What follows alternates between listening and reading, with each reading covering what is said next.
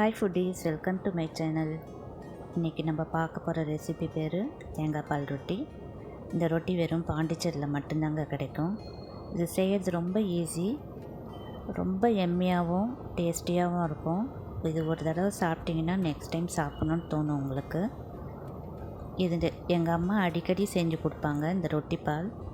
இது ரொம்ப டிஃப்ரெண்ட்டாக வேறு இருக்கும். பாருங்கள், பார்க்கவே ரொம்ப எம்மியாக இருக்குது.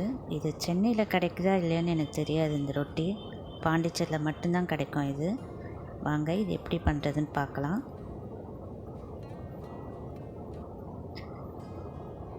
ஃபஸ்ட்டு கொஞ்சம் ஏலக்காய் நான் மிக்ஸி ஜாரில் போட்டுக்கிறேன். நான் இப்போ ஒரு ரொட்டி மட்டும்தான் எடுத்துக்க போகிறேன். அதுக்கு அரை மூடி தேங்காய் போதும். சுகர் உங்களுக்கு தேவையான அளவு போட்டுக்கோங்க. ஏன்னா இந்த ரொட்டியில் சுகர் இல்லை, நம்ம போடுற சுகர் தான் அதை அப்சர்வ் பண்ணிக்கும். ஸோ உங்களுக்கு எவ்வளோ சுகர் தேவையோ அந்த அளவு போட்டுக்கோங்க. நல்லா 2 தடவை அடித்து எடுத்துக்கோங்க. ஃபஸ்ட்டு பால், செகண்ட் பால் மட்டும் போதும். கொஞ்சமாக உப்பு போட்டுக்கலாம். சுகர் டேஸ்ட் இன்க்ரீஸ் பண்ணுறதுக்காக உப்பு போட்டுக்கிறேன். 2 தடவை தேங்காய் பால் எடுத்து நம்ம வச்சுக்கிறோம். இதுதாங்க நான் சொன்ன பாண்டிச்சேரி ரொட்டி. பார்க்கவே நல்லா இருக்கு பாருங்கள். ரோல் ரொட்டிங்க இது.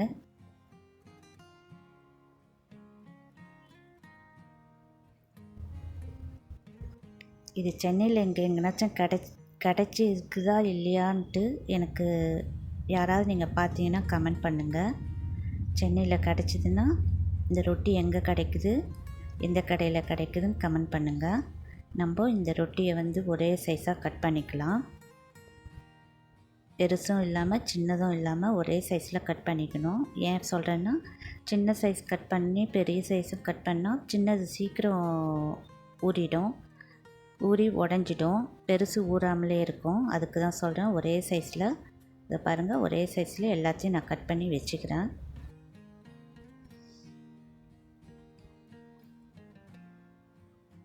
தேங்காய் பால் ரொம்ப திக்காகவும் இருக்கக்கூடாது, தண்ணியாகவும் இருக்கக்கூடாது, மீடியமாக இருக்கணும். இப்போது இதில் நம்ம தேங்காய் பால் எல்லாத்தையும் ஊற்றிடலாம். இது நம்ம ஊற்றின உடனே எல்லாமே அப்சர்வ் பண்ணிக்கோங்க. இந்த தேங்காய் பால் இந்த ரொட்டியில் ஒரு 5 மினிட்ஸ் அப்படியே விட்டுடலாம். நம்ம ஒரு 2 மினிட்ஸ்க்கு அப்புறம் ரொட்டியை திருப்பி போடுங்க. அடியில் இருக்கிறது மேலேயும், மேலே இருக்கிறது கீழேயும் பண்ணிக்கோங்க. பாருங்கள், 5 மினிட்ஸ் ஆகிடுச்சு.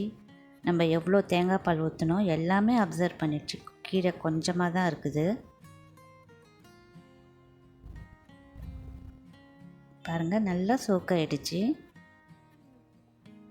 நீங்கள் உங்கள் வீட்டில் இருக்கிறவங்க எல்லாருக்கும் செஞ்சு கொடுங்க, விரும்பி சாப்பிடுவாங்க. வாங்க நம்ம பிளேட்டிங் பண்ணிடலாம். பார்க்கவே எம்மியாக இருக்குது. நெக்ஸ்ட் டைம் பாண்டிச்சேரி போனீங்கன்னா இந்த ரொட்டி வாங்கிட்டு செஞ்சு பார்த்துட்டு எனக்கு கமெண்ட் பாக்ஸில் கமெண்ட் பண்ணுங்கள் எப்படி வந்துச்சுன்னு.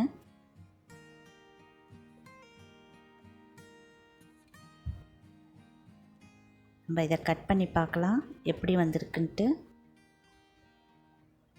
பாருங்கள், ஃபோர்க்கில் கட் பண்ணுற ரொம்ப சாஃப்டாக இருக்குது. தேங்காய் பால் அதில் ஊறி போய். இதோட டேஸ்ட்டு நான் சொன்னால் உங்களுக்கு தெரியாதுங்க. நீங்கள் ஒரு தடவை ட்ரை பண்ணி பாருங்கள், அப்போ தான் தெரியும்.